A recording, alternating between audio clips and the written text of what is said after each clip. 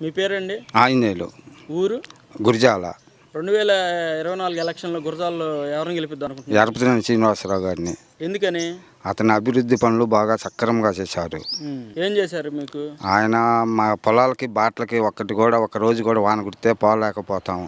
ఆ రోడ్లన్నీ సక్రంగా వేశారు. మళ్ళీ సబ్సిడీ పట్టలు ఇచ్చేవాడు. మిరపకాయలకి రైతులకి వర్షాలు పడితే పట్టలు ఇచ్చేసేవాడు. ఈ ప్రభుత్వంలో ఒక్క సబ్సిడీ లేదు మాకు. కాసుమాసిరెడ్డి ఒక్కరోజు కూడా వచ్చి జనాలను కలవటం అనేది లేదు.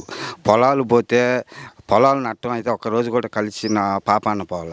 అన్నీ నకిలీ వచ్చి విత్తనాలు 7 ఎకరానికి 30 క్వింటాలు 2014లో వస్తే ఈరోజు ఎకరానికి 5-6 క్వింటాలు వచ్చిన పాపాన పోల. ఎందుకనంటే నకిలీ విత్తనాలు వస్తున్నాయి, నకిలీ మందులు వస్తున్నాయి.